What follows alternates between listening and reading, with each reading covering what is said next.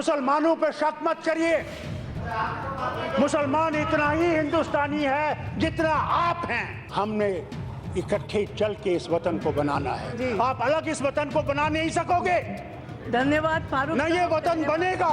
धन्यवाद। हम ये नहीं पूछ सकते मैडम धन्यवाद कि कांग्रेस ने भी अपना योगदान दिया सुनिए इस वतन को बनाने। वो जवाहरलाल 9 नेहरू बजे हो। तक प्लीज सुनिए, आप लोगों को अच्छा नहीं लगेगा फारूक अब्दुल्ला जो बोलेगा। अमन आएगा नहीं जब तक पाकिस्तान के साथ हम लोग कोई रास्ता नहीं निकालेंगे।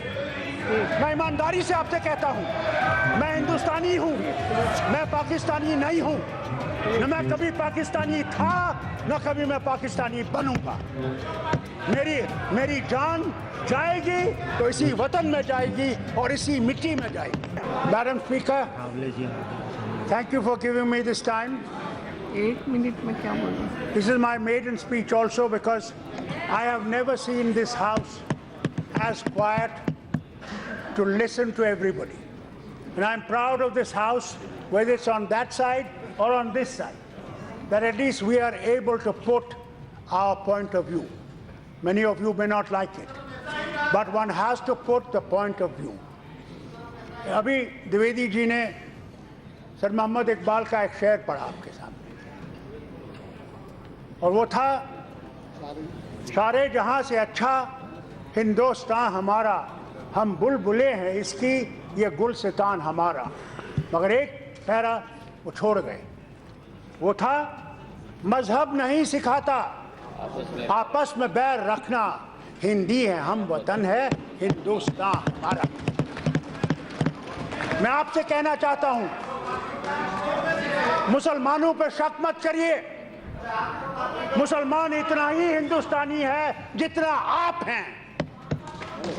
मैं आज भी जानता हूं, नौशहरा में जब लड़ाई हुई पाकिस्तान और हिंदुस्तान की 47 में, तो वहां ब्रिगेडियर जो था वो मुसलमान था, ब्रिगेडियर उस्मान।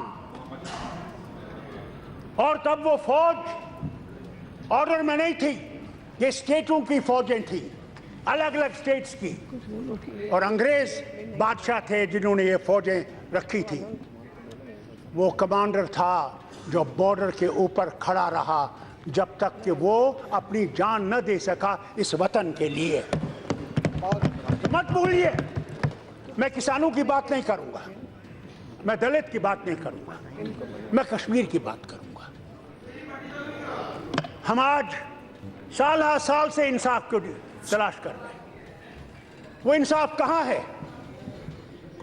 कहा गया डिमोनेटाइजेशन आएगी तो पत्थरबाजी बंद हो जाएगी। पत्थरबाजी क्या बंद हुई? होम मिनिस्टर साहब जानते हैं, अब बंदूकें आ गई हैं और ग्रेनेड आ गए। हम लोग शांति से सो नहीं सकते। हम चाहते हैं कि अमन आए। आप लोगों को अच्छा नहीं लगेगा फारूक अब्दुल्ला जो बोलेगा। अमन आएगा नहीं जब तक पाकिस्तान के साथ हम लोग कोई रास्ता नहीं निकालेंगे। मैं ईमानदारी से आपसे कहता हूं, मैं हिंदुस्तानी हूं, मैं पाकिस्तानी नहीं हूं। न मैं कभी पाकिस्तानी था, न कभी मैं पाकिस्तानी बनूंगा। मेरी जान जाएगी तो इसी वतन में जाएगी और इसी मिट्टी में जाएगी। मगर रास्ता निकालना है। देखिए फारूक जी प्लीज। नॉर्थ कोरिया जो मिसाइल फेंक रहा है, एटम बम की तैयारियां कर रहा था, आज प्रेसिडेंट ऑफ अमेरिका ट्रंप उसे गले लगाता है और रास्ता निकालने की कोशिश करता है। आज पुतिन के साथ अभी हेलसिंकी में मीटिंग थी। हमें भी ये उम्मीद थी, मैं आपसे ईमानदारी से कहता हूं, मुझे भी उम्मीद थी वजीर आजम जिसको इतनी बहुमत है, जो अटल बिहारी वाजपेयी नहीं कर सका, वो ये कर सकेगा। क्योंकि अगर कांग्रेस ने एक कदम उठाया होता तो आप लोग कहते इटली ने यह सौदा हिंदुस्तान का किया है पाकिस्तान के साथ। इसलिए सुनिए, मेरी बात सुनिए।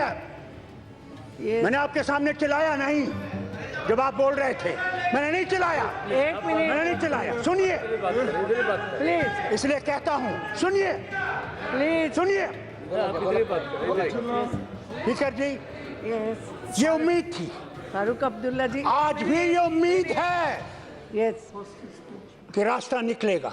जी, ये नफरतें जो फैल रही हैं हिंदू और मुसलमान में, हमें रशिया नहीं मार सकता, हमें अमेरिका नहीं मार सकता, हमें कोई मुल्क नहीं मारेगा।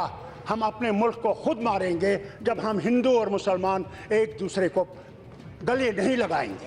जी, हमारे प्रधानमंत्री, मैं नहीं समझता हूं वो सिर्फ आपके प्रधानमंत्री हैं, वो हिंदुस्तान के प्रधानमंत्री हैं जब तक वो उस कुर्सी पर बैठे हैं। फारूक साहब, फारूक इसे साहब, सुनिए, वही साहब, लाल फारूक किले साहब, पे कहते हैं, एक मिनट में लाल किले पे कहते हैं फारूक कि साहब, हमने कश्मीर के दिलों को जीतना है।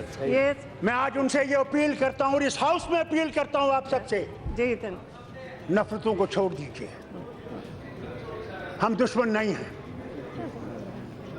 मगर हम जो देख रहे हैं, जिस हिंदुस्तान को हम देख रहे हैं, वहां हमारे युवाओं को डर लग रहा है फारूक कि साहब, उनका मुस्तकबिल वहां मेरी नहीं एक बात तो है, सुनो। वहां हमारा मुस्तकबिल नहीं है। उस मुस्तकबिल को बनाने के लिए मैं आपसे अपील करता हूं।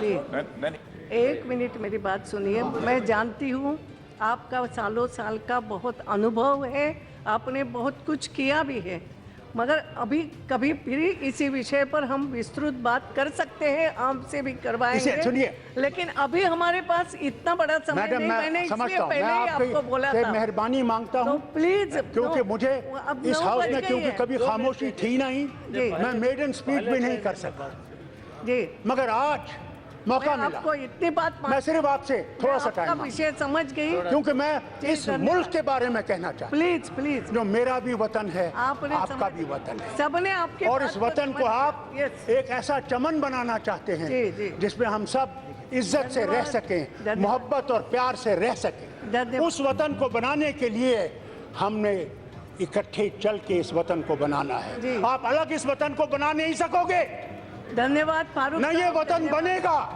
धन्यवाद जी, हम ये नहीं पूछ सकते मैडम धन्यवाद। कि कांग्रेस ने भी अपना योगदान दिया सुनिए, इस वतन को बनाने, वो जवाहरलाल हमने 9 नेहरू बजे हो, तक, वो मनमोहन फारूक सिंह साहब, जी हो और गया। जितने भी थे, या ये जितने भी I'm थोड़े sorry। वक्त के लिए हो गया। इन्होंने योगदान दिया। Thank you। आपके हमारे प्रधानमंत्री भी कोशिश कर रहे हैं, धन्यवाद जी, मगर नफरतों को बंद कीजिए।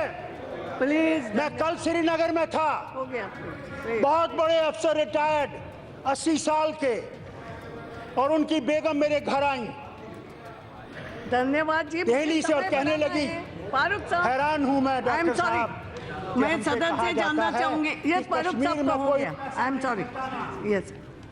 9 बजे तक हमने समय बढ़ाया था। The reply and Yeah. till the reply and OT is over, house may be extended, madam. अच्छा, तो रिप्लाई होने तक हम हाउस का समय बढ़ा देते हैं, आप सबकी ये हो तो।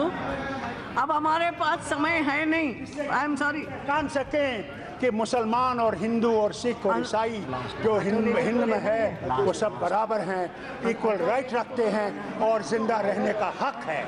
हमने वो हक अनुराग दीजिए। ठाकुर अब लास्ट स्पीकर होंगे, आई एम सॉरी।